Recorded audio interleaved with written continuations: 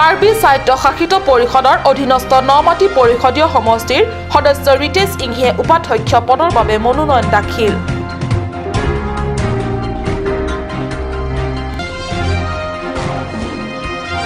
সফল সম্পন্ন জয়সিং দলৈ সোঁৱৰণী প্ৰেক্ষাগৃহত অনুষ্ঠিত HSDCৰ প্ৰথম সংখ্যক অধিৱেশন।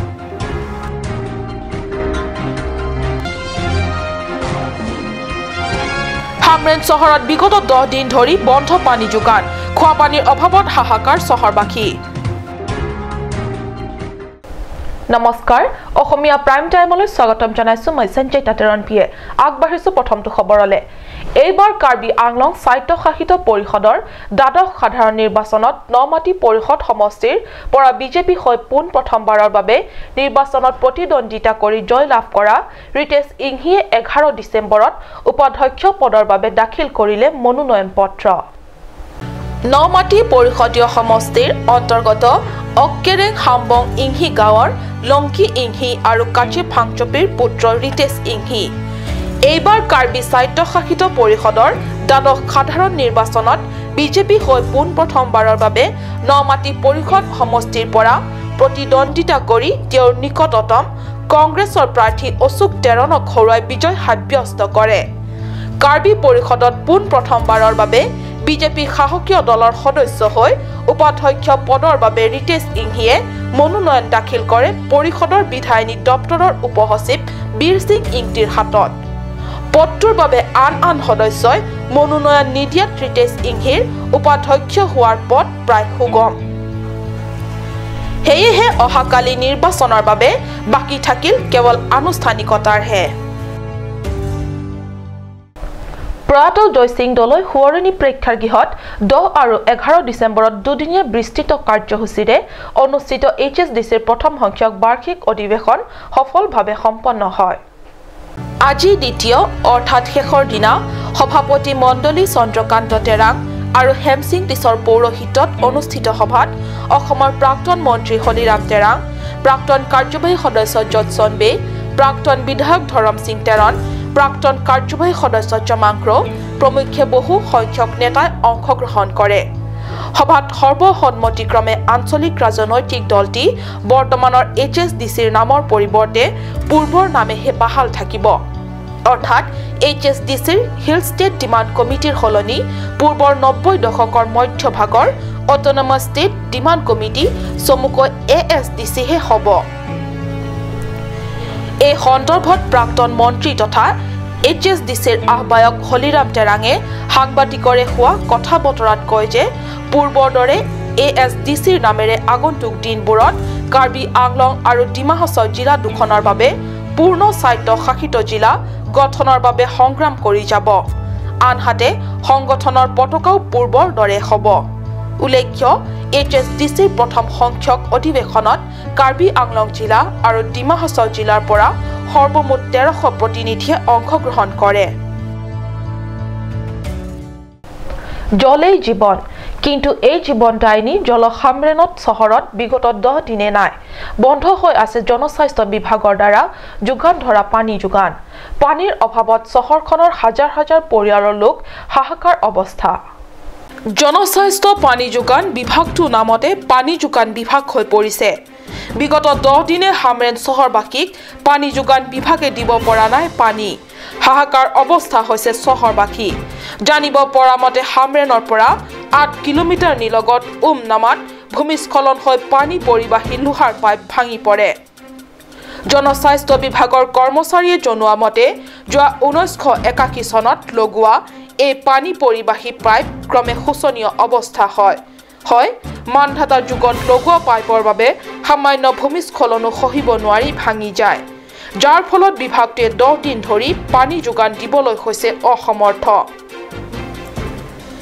যি কি নহওক, কাট নিউজৰ সাংবাদিকৰে হোৱা কথা বতৰাত বিভাগীয় HO অহা 12 ডিচেম্বৰ মানৰ পৰা পানী যোগান দিয়াৰ সম্ভাৱনা প্ৰকট কৰিছে।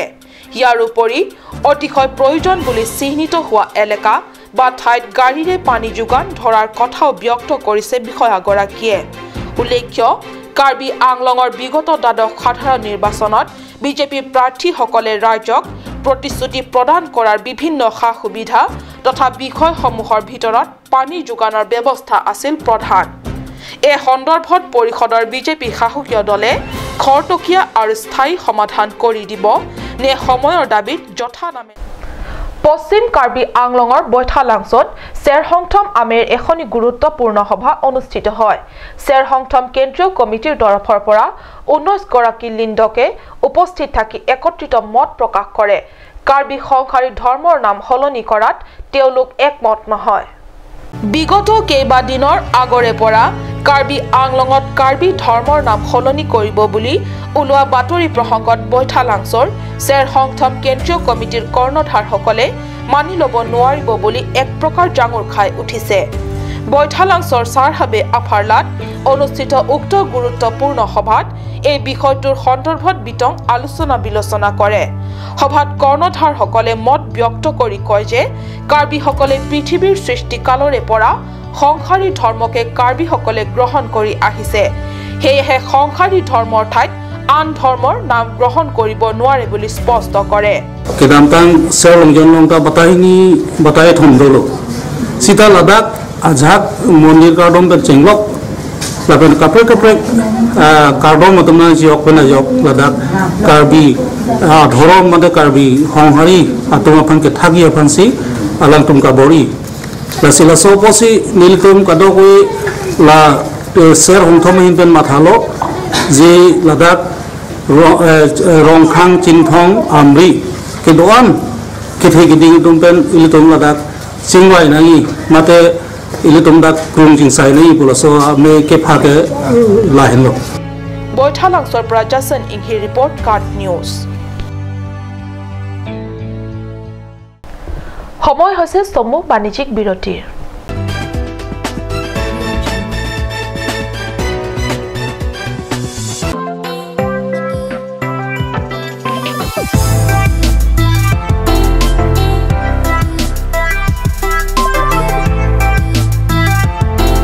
Viswas Motors Yamaha two-wheeler showroom near Hauraghat SBI ATM. Full tank fuel on all scooters is offered till Christmas. Good servicing facilities and all accessories and parts are available here. For more details, contact 7896955806 or 9954833491.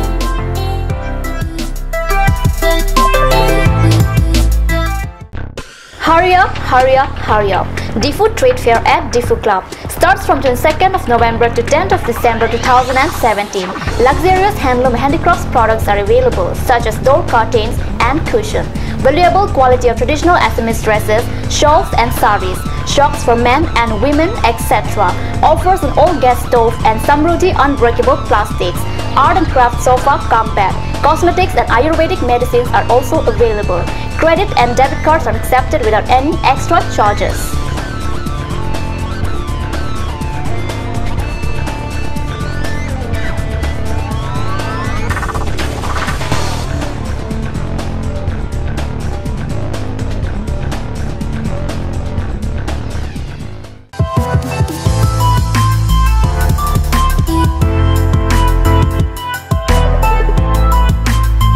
A huge and marvelous collections of winter wear for ladies, gents and kids are available at Marlin Showroom.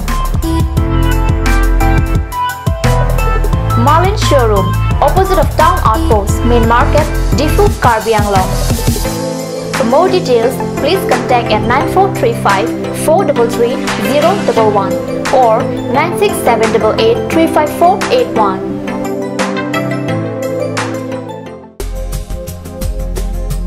Turkimi outlet opposite LDRB Difu Karbi Anglong Assam.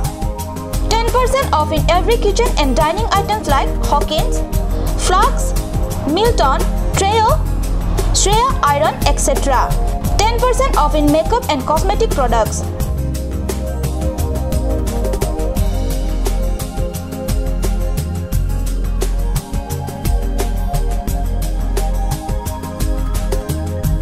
And grocery items.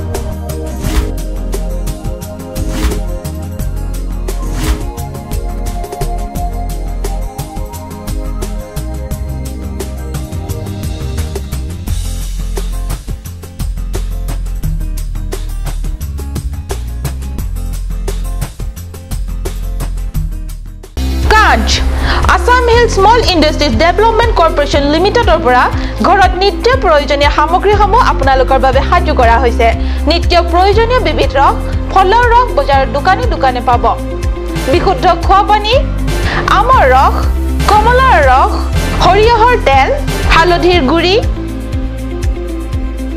আমলখিৰ আচাৰ চিত্ৰনলা গাজ টেঙা ইত্যাদি অধিক মাত্ৰাত দোকানত পাব আপুনি বাৰু বিশুদ্ধ খোৱা পানীৰ অভাৱ অনুভৱ কৰিছে নেকি এতিয়া আৰু চিন্তা নাই কাৰণ বজাৰলৈ আহিল কাঞ্চ ৱাটাৰ বিজ্ঞানসন্মত উন্নত মানৰ প্ৰক্ৰিয়াৰে প্ৰস্তুত কৰা কাঞ্চ ৱাটাৰে আপোনাক দূষিত পানীৰ ভয়াৱহতাৰ পৰা আঁতৰত ৰাখিব কাঞ্চ ৱাটাৰ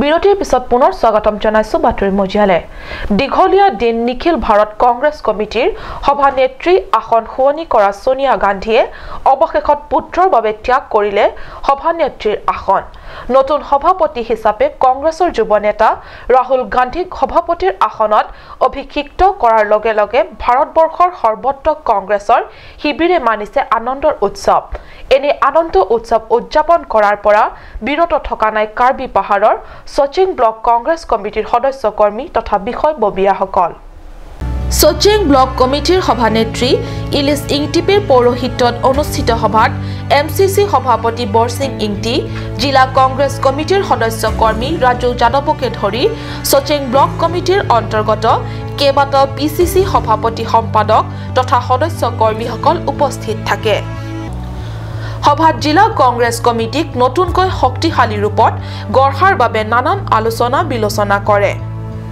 আনহাতে আজি আনন্দৰ উৎসৱৰ মাজতেও সভাত বিজেপি চৰকাৰে প্ৰৱৰ্তন কৰা জিএছটিৰ বাবে নিত্য ব্যৱহাৰ্য সামগ্ৰীসমূহৰ আকাংক্ষী হোৱা বুলি বিজেপি চৰকাৰক ক্ষুধাৰ সমালোচনা কৰিবলৈ পাহৰা নাই কংগ্ৰেছে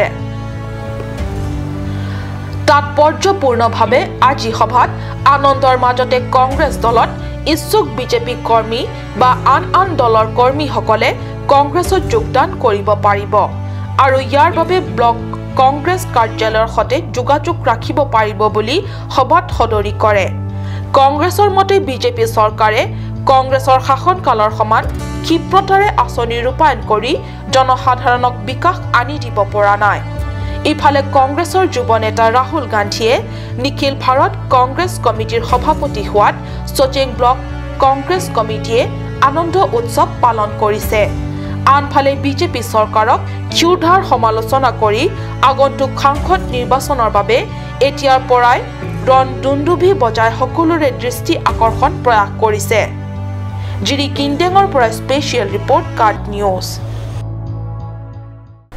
পশ্চিম কাৰ্বি আংলং জিলাৰ বৃহত্তৰ হানলোক্ৰক অঞ্চলৰ শতাধিক গাঁও সামৰি 2005 বৰ্ষত স্থাপন হৈছিল হানলোক্ৰক সমবায় সমিতি অতি ভিতৰুৱা আৰু পিছপৰা অঞ্চল হোৱাৰ বাবে বিভিন্ন অসুবিধাৰ মাজেৰে দুখীয়া ৰাইজৰ সহায় আগবঢ়াইছে এই সমবায় সমিতিখনে 5 নং ৰংখাং পৰিষদীয় সমষ্টিৰ এটা অংশ আৰু 6 নং বিথুং সমষ্টিৰ এটা অংশ সামৰি লোৱা এই সমবায় সমিতিখনত মুঠ হিতাধিকাৰীৰ সংখ্যা আছে 2392 জন দেওবাৰে সমবায় সমিতিখনৰ সাধাৰণ সভা অনুষ্ঠিত হয় সমবায় সমিতিখনৰ মুঠ 959 জন অংশীদাৰে 27 জন প্ৰাৰ্থীৰ ভাগ্য নিৰূপণ কৰে সমবায় সমিতিখনৰ মুঠ আসনৰ পৰিমাণ 15টা তাৰে 10টা পুৰুষৰ বাবে মহিলাৰ বাবে আছে 2টা পুৱা 8 বজাৰ পৰা আবেলি 4 বজালৈ চলে ভোট গ্ৰহণ প্ৰক্ৰিয়া নিৰ্বাচনত কংগ্ৰেছ প্ৰাৰ্থী আৰু বিজেপি প্ৰাৰ্থীৰ মাজতে যুদ্ধখন হয় নিৰ্বাচনত নিৰ্বাচনী বিষয়া হিচাপে উপস্থিত থাকে হামৰেন সমবায় সমূহৰ পঞ্জীয়ন বিভাগৰ সিনিয়ৰ ইন্সপেক্টৰ সিএম তেৰণে উপস্থিত থাকে আৰু সহকাৰী নিৰ্বাচনী বিষয়া হিচাপে বিভাগীয় কেইবাজনো বিষয়া কৰ্মচাৰীয়ে সমগ্ৰ নিৰ্বাচনী প্ৰক্ৰিয়া একো খেলিমেলি নোহোৱাকৈ সম্পন্ন হয় বৈঠালাংছৰ পৰা জাসন ইংহিৰ report card news Indian Red Cross Society Karbi Anglong শাখাৰ উদ্যোগত 11 ডিচেম্বৰত লাংহিন পৰিষদীয় সমষ্টিৰ জাইপঙত অনুষ্ঠিত হয় বিনামূলীয়া স্বাস্থ্য সেৱা শিবিৰ স্বাস্থ্য শিবিৰৰ কাৰ্যসূচী জাইপঙৰ কংলং পথাৰ প্ৰাথমিক বিদ্যালয়ত অনুষ্ঠিত হয় 14 নং লাংহিন সমষ্টিৰ জাইপঙৰ কংলং পথাৰত দিনজোৰা কাৰ্যসূচীৰে বিনামূলীয়া স্বাস্থ্য সেৱা শিবিৰৰ উপলক্ষে আয়োজিত আৰু Indian Red Cross Society Karbi Anglong শাখাৰ সভাপতি সীতাৰাম দৰ্জীৰ পৌৰোহিত্যত অনুষ্ঠিত সভাত কাৰ্বি স্বায়ত্ত শাসিত পৰিষদৰ কাৰ্যবাহী সদস্য খনসিং ৰংপিয়ে মুখ্য অতিথি হিচাপে যোগদান কৰে। সভাত দিয়া ভাষণ প্ৰসংগত কাৰ্যবাহী সদস্যগৰাকীয়ে লাংহিনৰ পৰা জাইপঙলৈ সুচলভাৱে যাতায়াত কৰিব পৰাকৈ পথ নিৰ্মাণ কৰি দিয়াৰ প্ৰতিশ্ৰুতি প্ৰদান কৰে। আনহাতে স্বাস্থ্য সেৱা শিবিৰত ডাক্তৰ এলভিন টেৰন যোগদান কৰি গয়া ৰাইজৰ স্বাস্থ্য পৰীক্ষাকে ধৰি চিকিৎসা সেৱা আগবঢ়ায়। উল্লেখ্য কাৰ্যসূচীত ইণ্ডিয়ান ৰেড ক্ৰছ ছ'চাইটিৰ ভালে সংখ্যক সদস্য কৰ্মী তথা বিষয়াসকল উপস্থিত থাকে। ডেনগাঁৱৰ পৰা ৰবীন বেৰ ৰিপৰ্ট কাট নিউজ। বিদ্যুৎ বিভাগৰ চূড়ান্ত গাফিলতিৰ বাবে এতিয়া বাৰে বাৰে ৰাজ্যত প্ৰাণ হেৰুৱাইছে নিৰীহ লোকে। বিভাগটোৰ অকমন্যতাৰ বাবে পশ্চিম কাৰ্বি আংলং জিলাৰ ডংকা মুকামত নিবাসী তৰু তেৰণৰ ঘৰৰ সন্মুখত উন্মুক্ত অৱস্থাত থকা উচ্চ ক্ষমতা সম্পন্ন বৈদ্যুতিক ট্ৰেন্সফৰ্মাৰৰ তাৰত লাগি অকাল মৃত্যুক সাবটিবলগীয়া হয়। উক্ত ঘটনাক কেন্দ্ৰ কৰি বৃহত্তৰ অঞ্চলটোত সৃষ্টি হৈছে তীব্ৰ চাঞ্চল্য।